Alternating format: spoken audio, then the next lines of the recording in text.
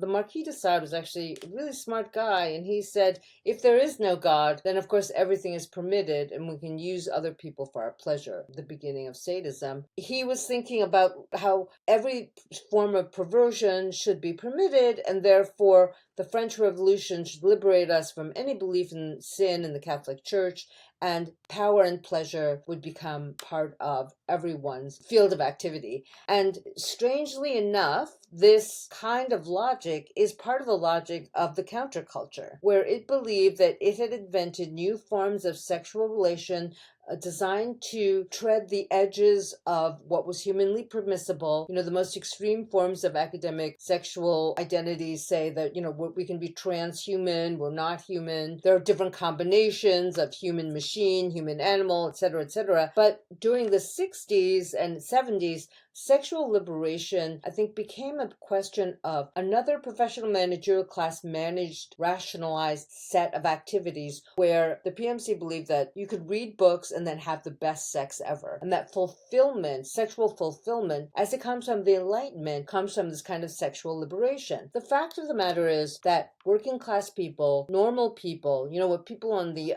internet call trad people, traditional ideas of partnership and family include a notion of sacrifice and honor. And this is out of the picture for the counterculturalists and the hippies, where everything is just about fulfillment. And you can see its parodic and elaboration in a figure like Elon Musk and all the billionaire oligarchs who are moving from wife 1, 2, 3, 4, 5, because there's something about like sexual fulfillment for them that is made available through power. And this is what a lot of my radical liberal colleagues would find really normative and horrible. But the whole idea that human beings were limited in our expressions and should be limited by social responsibilities, domestic responsibilities, and that this idea of sacrificing fulfillment and expression is a highly social thing to be engaged in, even in the absence of God. This idea has been completely lost to the PMC, who want to be radical. And